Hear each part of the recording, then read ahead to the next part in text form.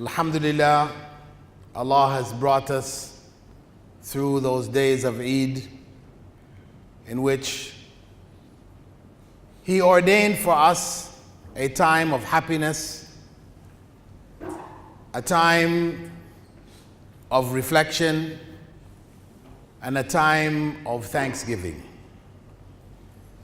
And for those on Hajj, it was the completion of the rites of Hajj, and we pray that Allah accept those who are sincere, accept their Hajj, and purify them from sin as the Prophet ﷺ promised. But for us here, and for those returning, we are about to start a new year of school. Schools that have been out for the summer will be starting back in the coming week or two. The question is, what have we done for our children? We are about to put them back in school, and education is a necessity. However, have we focused on the most important elements of their education, or have we focused on the least important? Because when people speak about educating children, we're talking about the schools that we're going to put them in. What status is the school? Private school, government school, low class, high class, expensive, cheap. And what we want them to do when they graduate, what university we want them to go in, what field we want them to specialize in, what we want them to become. Usually it's some mirror of ourselves. If we're doctors, we want our kids to be doctors. If we're engineers, we want our kids to be engineers, etc., etc. But Prophet Muhammad sallallahu alaihi wasallam, he told us that the first thing that we should teach our children is salah. In a very famous hadith, authentically collected in the Sunan of At-Tirmidhi and Abu Dawood, Amr ibn Shu'aib narrates that the Prophet ﷺ had said, "Allimu awladakum as-salah bi-sab'a."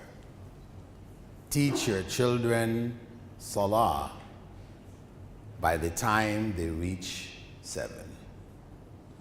وَاضْرِبُوهُمْ عَلَيْهَا بِعَشْرٍ, and spank them for it by the time they reach 10.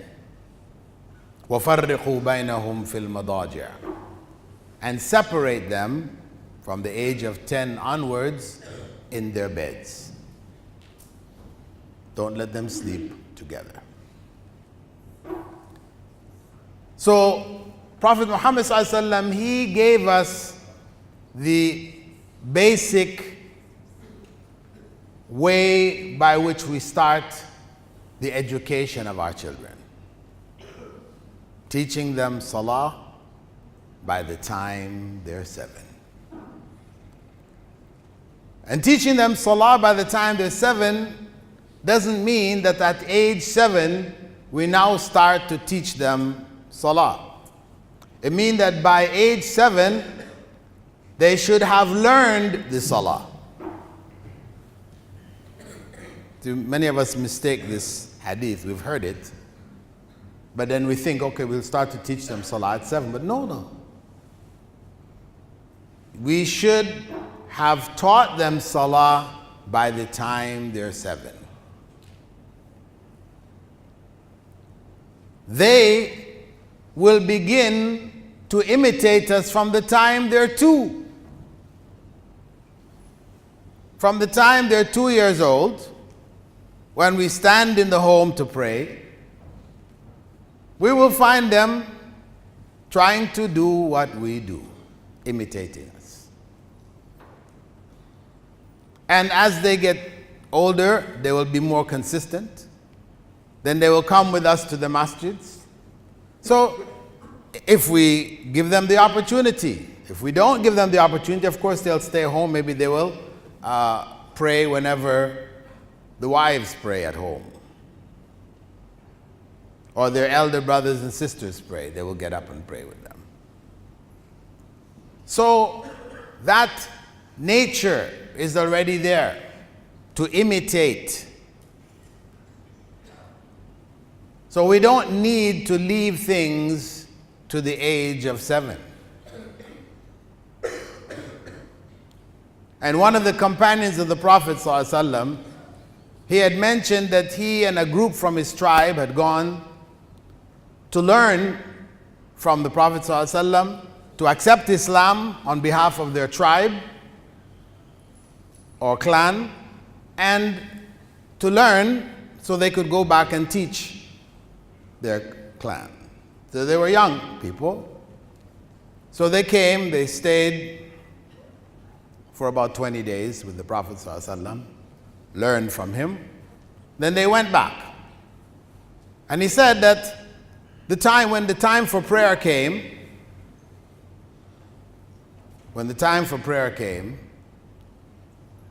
they looked around amongst themselves based on what the Prophet ﷺ had said regarding who should lead Salah. And he had told them that the one who should lead Salah is the one who knows the most Qur'an. And he said, when we looked around, it turned out that I knew the most Qur'an. So I led my people in prayer. And of course, the people then, they only just learned what prayer was. They had accepted Islam on behalf of the whole tribe. They came back, told them. So now they just had to follow the instructions of these young people. And he said, I led my people in Salah from that day onwards. He remained their Imam from that day onwards. And he said, I was about 6 or 7 years old at the time. I was about 6 or 7 years old at the time. Most of us come from communities where if a 6-year-old boy wanted to lead the prayer, you definitely would not accept it. You say, what is this? Yeah. Nobody would accept it. They would remove him. In some communities, he's not even allowed to stand in the front line along with everybody else. But this is a Sahabi, a companion of the Prophet ﷺ, relating to us what he did, what the Prophet ﷺ instructed him and his companions to do. And so he led the Salah. And to lead the Salah, it means you have to know what is involved in the Salah. It's not just you know the movements. You need to know what is to be said, when it is to be said. If you make a mistake, what you should do. If you break your wudu, what you should do. There are different elements that are involved in the Salah. He had learned it, and he led his people. So, it is our responsibility to ensure that our children learn the prayer. Don't delay it. Many people fall prey to Satan. Satan will whisper in your ear, he's just a little kid. Let him enjoy. It's not obligatory for him until he is 13 or 14, puberty. That's when it's obligatory. Let him enjoy. No need to tell him about prayer and that. Let him do it. If he feels like, doesn't feel like, whatever. And so, many of us do that. We leave them until puberty. And of course, if the child all the way up until age 13 has been just doing his own thing, if he felt like it, he would pray. If he didn't feel like it, he wouldn't pray. Now you're going to come and tell him, pray. You've got a fight on your hands. This is a kid now who is not used to praying, except when he feels like it. And now you want him to pray 5 times a day, on time. And that's the obligation. It's now obligatory on him. He's reached puberty. And of course he rebels, and you struggle with him and you say, what is this kid? Shaitan has taken him over his head. Must be his school, must be his playmates, must be this, must be that, must be all these different reasons why he's not praying. But the real reason is you didn't follow the instruction of Rasulullah sallallahu alaihi wasallam. That's the real reason. In ignorance. Maybe nobody ever told you that. So you went with what was the common understanding of people. People around you did the same thing. And of course, the Prophet ﷺ had said, spank them for it by the time they're 10. So now he's 13. So now you pull out the whip and you're starting to beat him to make salah. And he may pray, if you have hit him enough times, he will pray when you're around. But if you're not around, he won't. So you have not taught him anything. You've only forced him to pray when you are around. That's all. And how many of us have gone through that? Only years later, after being negligent in our prayers and going astray, by Allah's mercy, we found our way back. And we started to pray and learn the prayer and attend the masjid, etc., etc. But there's that gap. That huge gap of our youth. A time when Prophet Muhammad ﷺ had said that there are 7 groups of people who would be shaded by the throne of Allah on the day of judgment, resurrection and judgment, when there would be no shade except for the shade of His throne. And one of them is what? Shabun nasha'a fi ibadatillah. A young person, puberty, who grows up through his teens into his 20s, worshipping Allah. We have denied that child, or we were denied that opportunity to be among those shaded by Allah's throne. We denied them the chance for Jannah. It's not to say that is the only chance, but that was a huge step. That was Jannah on a plate. If we had only, our parents had only done the job, followed the instructions of Rasulullah sallallahu alaihi wasallam. So we need to put our priorities in place. The priority is to teach our children Salah. And that process of teaching them Salah is not merely the movements of Salah. and the words of salah. We can program a robot to make salah. That's not what we're talking about teaching our children salah.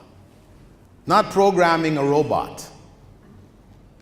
We're talking about teaching.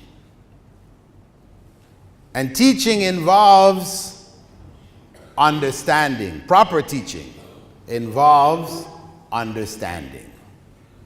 So this is what we need to give them. When they first start the prayer, and they're able to communicate with us, they already know, or we have already told them, they've heard us say it enough times, Allah created us. Everything we have was given to us by Allah. So when we are getting up to pray, what are we doing? We're thanking Allah. That much they can understand. That's how we talk to Allah and we thank Allah. That's the understanding that we want to give them, for them to grasp that. This is how we communicate with Allah and we thank Him.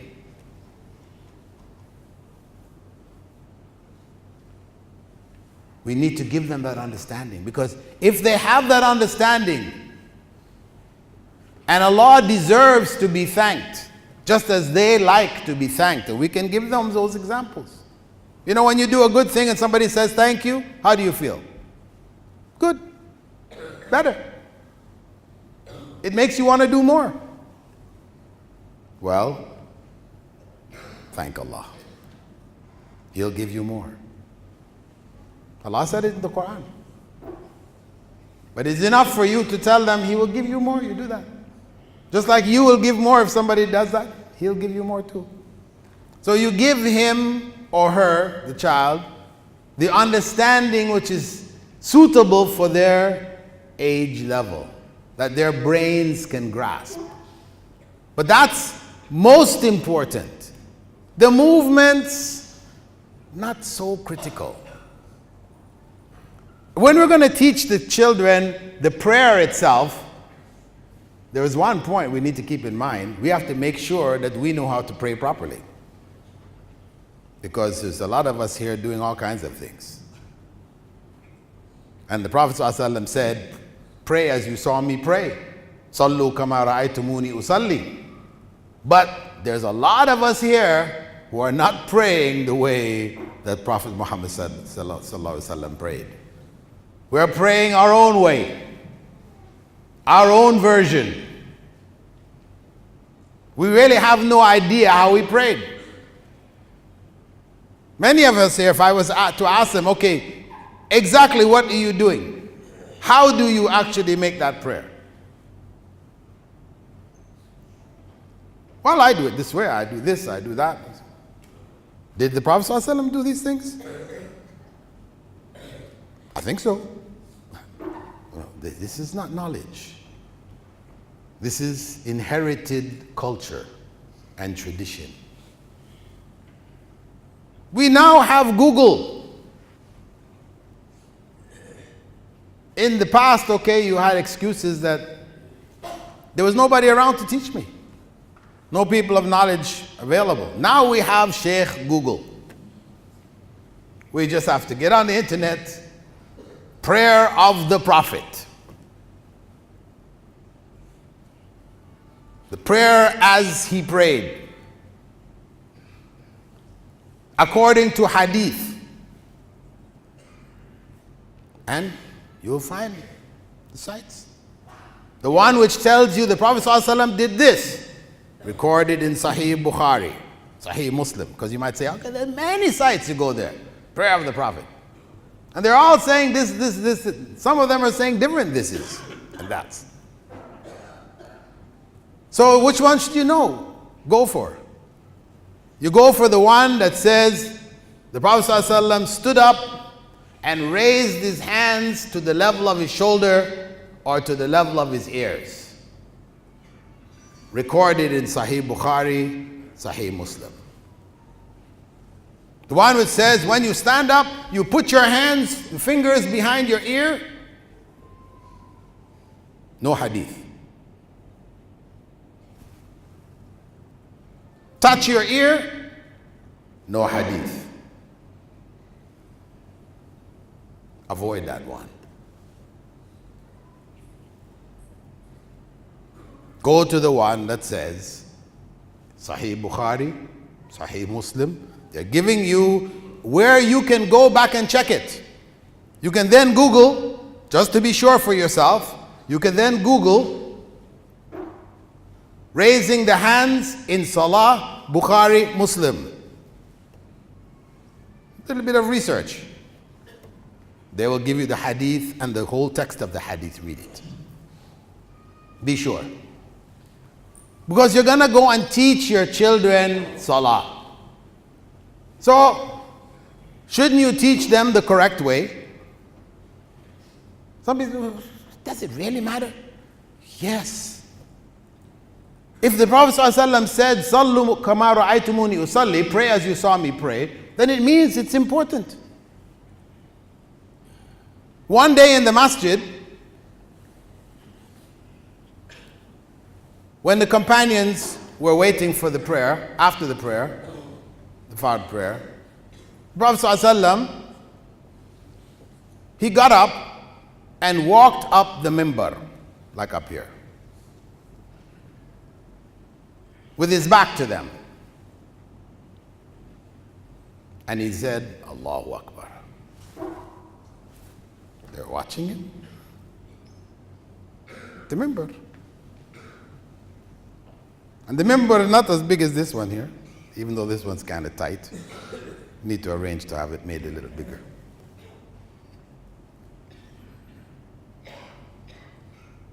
There was no place to make sujood. So of course in their minds they're waiting to see what's happening now. Is the Prophet ﷺ going to show us a new salah? He said Allahu Akbar. He went into ruku'. Sami Allahu liman hamida. He came out of ruku'. Then he backed down the steps of the mimbar till he reached the ground, and he walked out backwards away from the base of the mimbar, and he made sujood. Sat up, sujood, stood up, and walked back up the mimbar again, and did the second rak'ah. You can imagine everybody in the masjid was watching Prophet Muhammad sallallahu alaihi wasallam. Wow, this was very strange. After he finished, then he turned to them, and they were all, of course, waiting. What is this, Ya Rasulullah? Sallallahu alaihi wasallam.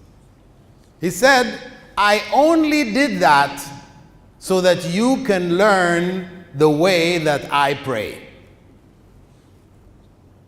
So is it important to know the way the Prophet ﷺ prayed? I think so.